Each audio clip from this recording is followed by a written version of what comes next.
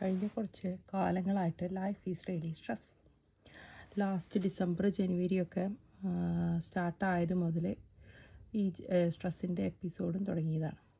Stress കൂടുന്തോറും എൻ്റെ യൂട്യൂബിലുള്ള scrolling ഇങ്ങനെ കൂടിക്കൂടി വന്നു. പിന്നെ യൂട്യൂബ് വീഡിയോസും ഷോർട്സും എല്ലാം എൻ്റെ സ്ട്രെസ്സ് എങ്ങനെ മാറ്റിയെടുക്കാം എന്നുള്ള സജഷൻസ് തുടങ്ങി. Like how can you manifest or visualise a stress free life.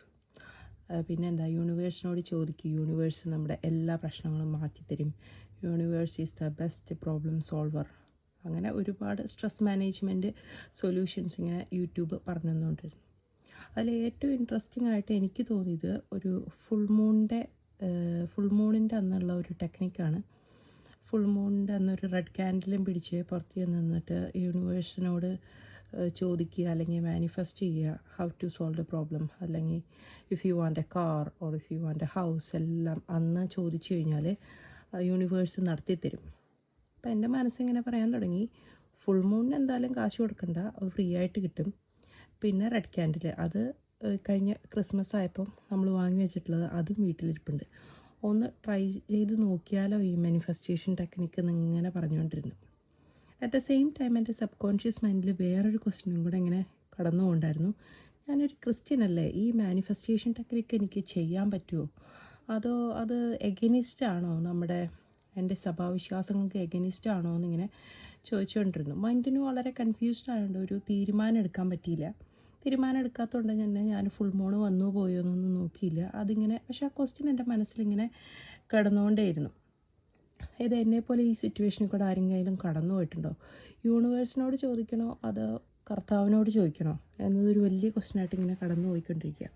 പിന്നെ റീസെൻ്റ്ലി ബൈബിൾ വായിച്ചപ്പോഴാണ് ഞാനൊരു സിറ്റുവേഷനിൽ കൂടെ, ഓക്കെ, എന്നെപ്പോലെ ഈ സിറ്റുവേഷനിൽ കൂടെ മുമ്പും കടന്നു പോയ വേറൊരാളുണ്ട്, ഞാൻ കണ്ടുപിടിച്ച ആൾ എൻ്റെ കർത്താവ് തന്നെയാണ്.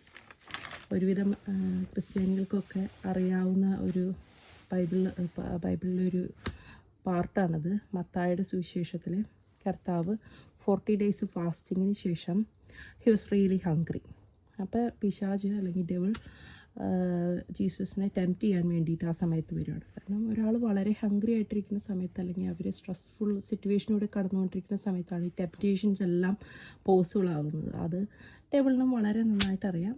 അതിൽ ഇപ്പോൾ കർത്താവ് പല ടെംപ്റ്റേഷനോടും കൂടെ കടന്നുപോയി. അതിൽ 3rd ടെംപ്റ്റേഷനാണ് ഡെവിൾ അതിൽ പറയുന്നത്. You should be, he showed the entire universe, mountains and kingdoms, and if you want to get these, please bow me and worship me എന്നാണ് കർത്താവിനോട് പറയുന്നത്. സോ സെയിം കൈൻഡ് ഓഫ് ടെംപ്റ്റേഷനിലൂടെയാണ് ഞാനും ഇപ്പോൾ കടന്നു പോയെന്നാണ് എനിക്ക് തോന്നിയത്. അതായത് നീ എന്നോട് ചോദിക്കുക അല്ലെങ്കിൽ യൂണിവേഴ്സിനോട് ചോദിക്കുക, ഞാൻ നിനക്ക് എല്ലാം തരാം. പക്ഷേ ഇപ്പം എന്തായാലും ഈ ബൈബിളിനെ കുറിച്ച് കൂടുതൽ ഗോ ത്രൂ ചെയ്യാൻ തുടങ്ങിയപ്പം എന്തായാലും ഞാൻ എൻ്റെ ഫുൾ മൂൺ ക്യാൻഡിൽ പരിപാടി നിർത്തിവെച്ചു. ഇനിയിപ്പോൾ എന്തായാലും അതിലോട്ട് തിരിച്ചു പോകണില്ല എന്ന് ഞാൻ തീരുമാനമെടുത്തു.